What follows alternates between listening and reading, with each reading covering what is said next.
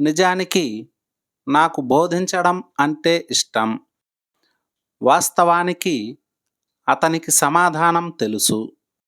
నిజానికి ఆమె పని ముందుగానే పూర్తి చేసింది. నిజానికి ఈ పని చాలా సులభం. ఇలాంటి వాక్యాలను ఇంగ్లీష్లో ఎలా చెప్పాలో ఇప్పుడు చూద్దాం. దీనికి గాను మనం యాజ్ అ మ్యాటర్ ఆఫ్ ఫ్యాక్ట్ను ఉపయోగిస్తాం. As a matter of fact అంటే నిజానికి లేదా వాస్తవానికి. సెంటెన్స్ స్ట్రక్చర్ ఏమంటే as a matter of fact plus sentence. నిజానికి నాకు బోధించడం అంటే ఇష్టం. నిజానికి నాకు బోధించడం అంటే ఇష్టం. As a matter of fact I like teaching. As a matter of fact I like teaching.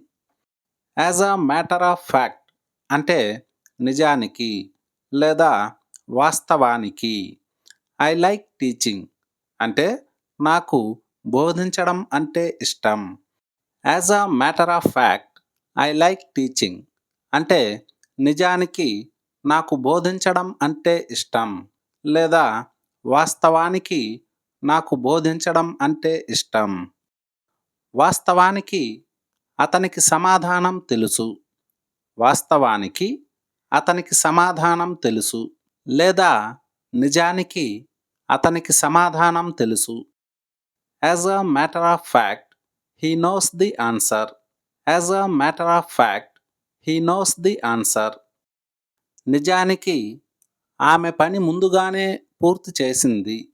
నిజానికి ఆమె పని ముందుగానే పూర్తి చేసింది.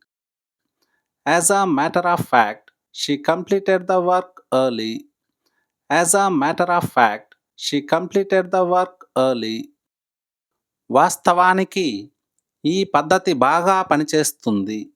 వాస్తవానికి ఈ పద్ధతి బాగా పనిచేస్తుంది.